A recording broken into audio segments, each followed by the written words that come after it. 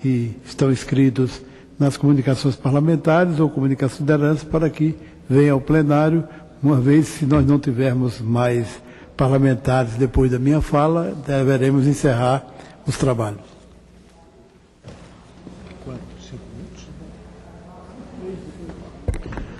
Concedemos com muito prazer e alegria a palavra a um ilustre deputado que até esse momento presidia, meu prezado amigo Luiz Couto. Vossa Excelência dispõe de 5 minutos para se manifestar na tribuna. Senhor presidente, senhoras deputadas, senhores deputados, depois de escalar uma montanha muito alta, descobrimos que há muitas outras montanhas por escalar.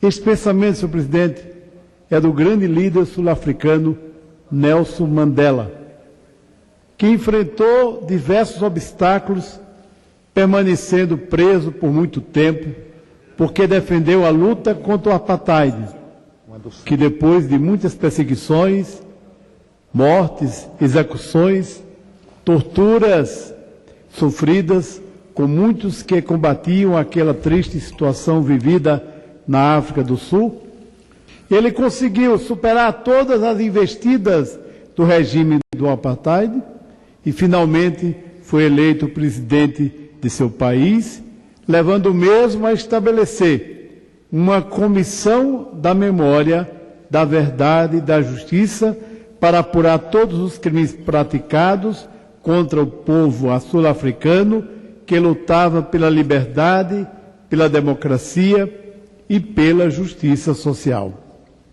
Foi o encontro da nação sul-africana com os interesses da maioria do seu povo.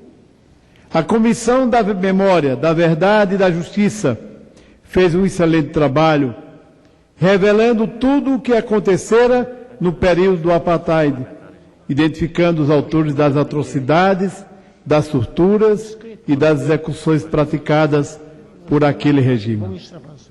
Os torturadores, senhor presidente, tiveram que pedir desculpas.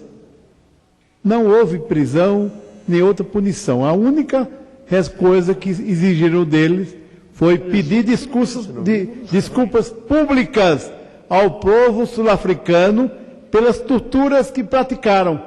O torturador ia lá publicamente dizer: olha, eu torturei tantas pessoas, eu quero pedir desculpas por isso que fiz em nome do Estado ou do regime da época, que era o regime do apartheid.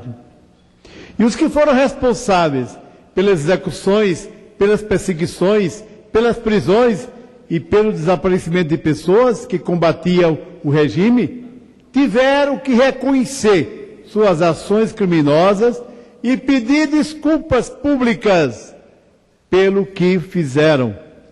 Foi um momento importante na reconciliação da nação sul-africana com sua gente. No Brasil, já avançamos muito na luta pela construção da cidadania, da liberdade de expressão e da realização dos direitos humanos e da justiça social. Porém, toda vez que buscamos revelar e desvendar o que ocorreu durante o período da ditadura militar, há uma reação em cadeia daqueles que não desejam que a verdade venha à tona e que os responsáveis pelos crimes praticados em nome do Estado brasileiro sejam investigados e punidos. Pelo menos que eles façam aquilo que os torturadores, os executores fizeram lá na África do Sul, quando pediram publicamente desculpas ao povo da África do Sul e que eles peçam desculpas ao povo brasileiro pelos crimes que praticaram. A revista Carta Capital, desta semana, traz uma matéria de autoria do jornalista Maurício Dias, que eu peço para transcrever nos anais dessa casa, na coluna Rosa dos Ventos, sobre o tema, abre aspas, torturadores, tremei, decisões judiciais anulam a proteção da lei da anistia, as ações dos agentes da ditadura, fecha aspas. De acordo com a matéria, o juiz Guilherme Dezem, de São Paulo, determinou que no atestado de óbito de João Batista Drummond, dirigente do PCdoB, morto em 1976, conste que ele morreu em decorrência de torturas físicas, tá, entre aspas, e não, entre aspas, de traumatismo craniano e cefálico, como consta hoje. Com esta decisão, a lei da anistia brasileira não resistirá ao ambiente democrático. O advogado Roberto Caldas, indicado pelo governo brasileiro para disputar na Assembleia da Organização dos Estados Americanos, OEA, a vaga de juiz titular da Corte Interamericana de Direitos Humanos, que está em São José da Costa Rica, esse juiz, ele sustenta que abre aspas, que a revisão dessa lei é só uma questão de tempo. Caldas considera a necessidade e a importância do Brasil se submeter aos tratados internacionais que nosso país assinou. Para ele, abre aspas, a ordem jurídica internacional estará atenta para não permitir que os detentores do poder público legislem em causa própria, com o objetivo de encobrir crimes graves contra os direitos humanos. Fecha as aspas.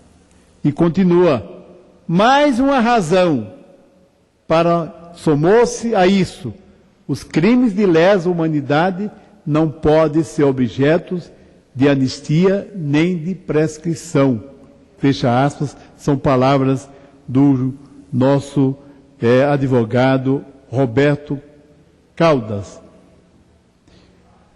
Mas, senhor presidente, a nossa subcomissão da memória, da verdade, da justiça, da Comissão de Direitos Humanos, sabe que muitas outras montanhas teremos que escalar para que a verdade se estabeleça, pois a verdade nos liberta e liberta a nação brasileira deste peso.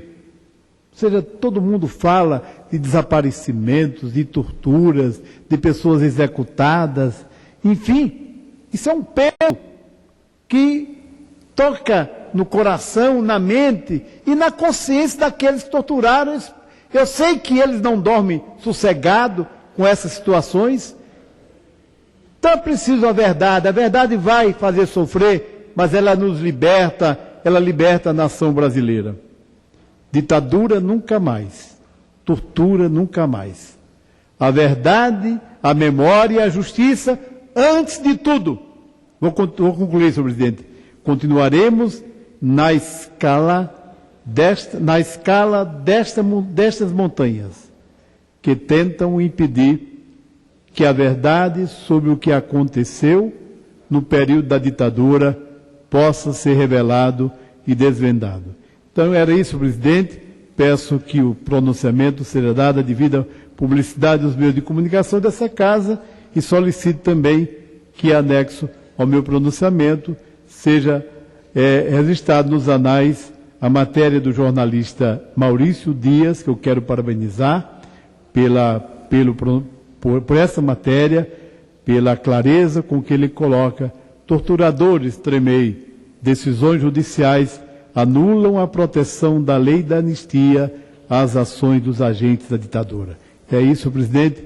Esperamos que a Comissão da Verdade possa realizar o seu trabalho e fazer com que essa reconciliação da nação brasileira com o seu povo possa acontecer depois também que a nossa Comissão da Verdade, que a nossa presidenta Dilma vai designar os seus membros, também possa dar início a essa investigação sobre os crimes que aconteceram durante o período da ditadura. Muito obrigado, senhor presidente.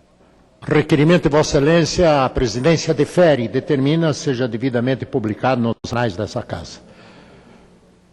Senhor presidente, não havendo mais oradores inscritos, nem no grande expediente, nem nas comunicações de liderança, essa presidência encerra a presente sessão, convocando outra amanhã, sessão solene às 10 horas da manhã, às 10 horas com a sessão solene. Está encerrada a presente reunião.